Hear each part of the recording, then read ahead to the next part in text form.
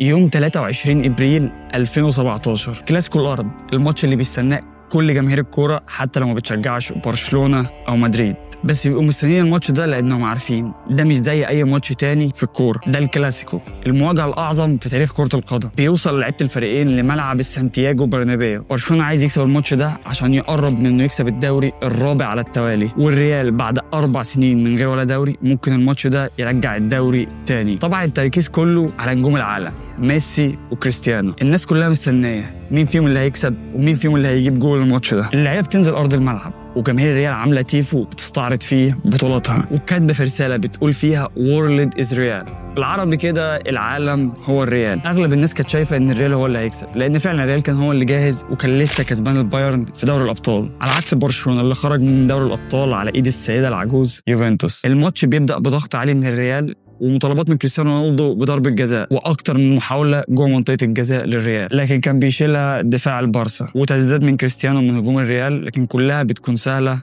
لتير شتيجن لحد ما ضغط الريال خف شويه والكوره بدات تروح للبارسا اكتر، وتسديده من سواريز بس طلعت بره الملعب. ولحد دلوقتي الماتش نوعا ما 50-50، ولحد دلوقتي برضه ميسي لسه هادي، وعشان في كوره كده ميسي ينزل لنص الملعب يستلم الكوره ويظهر له كاسيميرو. مش محتاج اقول لك ميسي عمل فيه ايه، خده يمين وشمال وعدى منه بكل سهوله، لكن كاسيميرو كالعاده يزحلق ميسي ويعمل فاول. بس لحد دلوقتي برضه ميسي لسه هادي، وبرشلونه بعديها بيبدا يعمل ضغط عالي على الريال اكتر، وميسي مره ثانيه ما بيعديش من كاسيميرو بس، لا ده بيعدي من خط نص الريال كله وبيباص الكوره بس في الاخر بتتقطع. ولحد دلوقتي 50-50، فرص هنا وفرص هنا لحد ما جت الكوره لكريستيانو شاطها وطلعت بره، وبنبص بنلاقي الكاميرا جت على ميسي وميسي وقع على الارض ومحدش كان عارف ايه اللي حصل، لحد ما ميسي رفع دماغه ولقيناه بينزف دم من بقه، لحد ما الاعاده بتيجي وبنلاقي ان مارسيلو ضرب ميسي بكوع، والكاميرا بتيجي تاني عند ميسي وهو بينزف. لكن اللي ما كانش يعرفه جمهور الريال ان مارسيلو بالخبطه دي خلى ميسي يتحول لنسخه هم ما كانوش يتمنوا يشوفوها. ميسي خرج بره الملعب يتعالج والكره راحت لبيل لكن ما عرفش يشوطها، وبتروح لشتيجن سهله، وميسي يرجع الملعب تاني والكره في نص الملعب، وكالعاده المواجهه المعتاده ميسي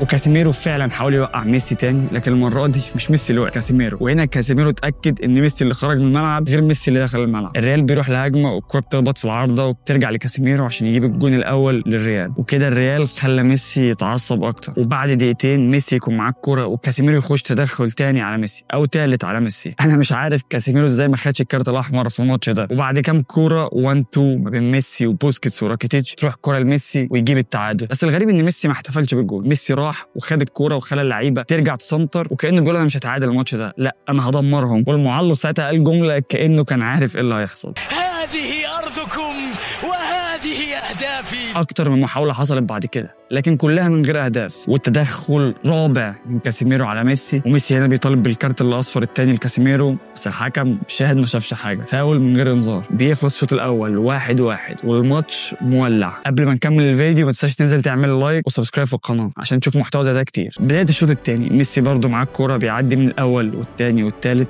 بس الكرة بتتقطع، وبعد كده الكرة تانية للريال لكن بيكي بيشيلها. لحد دلوقتي الجماهير مش عارفة مين اللي هيكسب الماتش ده، ماتش مولع بين الفرقتين، تصديات كتيرة أو تسديدات كتيرة وتصديات كويسة من الحراس، عشان في الدقيقة 72 صاروخ على مرمى الريال من الكرواتي راكيتيتش عشان يسجل هدف التقدم على ريال مدريد، والريال بعديها يحاول يجيب التعادل بعد أكتر من كرة لكن ما بيعرفش. كوره من بنزيما على الطرف يلعبها جوه المنطقه بس بيكيه بيشتتها عشان تروح لميسي ويستلمها ويجري بيها، عشان ميسي يجري وسيرجيو راموس في اللحظه دي يعمل تدخل عنيف جدا على ميسي عشان الحكم اخيرا ما يترددش ويطلع الكارت الاحمر لراموس، ويطلع راموس بره الملعب ويهاجم البارسا وكوره لبيكيه جوه منطقه الجزاء لكن نافاز صدها ويضيع البارسا انه ممكن كان يبقى فيه افضليه بفرق هدفين، ولسه الكوره مع البارسا. ميسي بين قوسين كوفازيتش يتدخل تدخل جامد وياخد عليه انذار، وبعديها بدقايق مراوغه من ميسي وتسديده ثانيه على مرمى الريال لكن نافاز بيصدها. ميسي الماتش ده كان مرعب، وبعديها الكوره تروح لمارسيلو على الطرف عشان يلعبها جوه منطقه الجزاء ويسجل خميس رودريجيز التعادل. كمان بعديها بتيجي على لعيبه برشلونه كلهم زعلانين ومتوترين الا ميسي، كان هادي جدا كانه بيقول في باله انا هكسب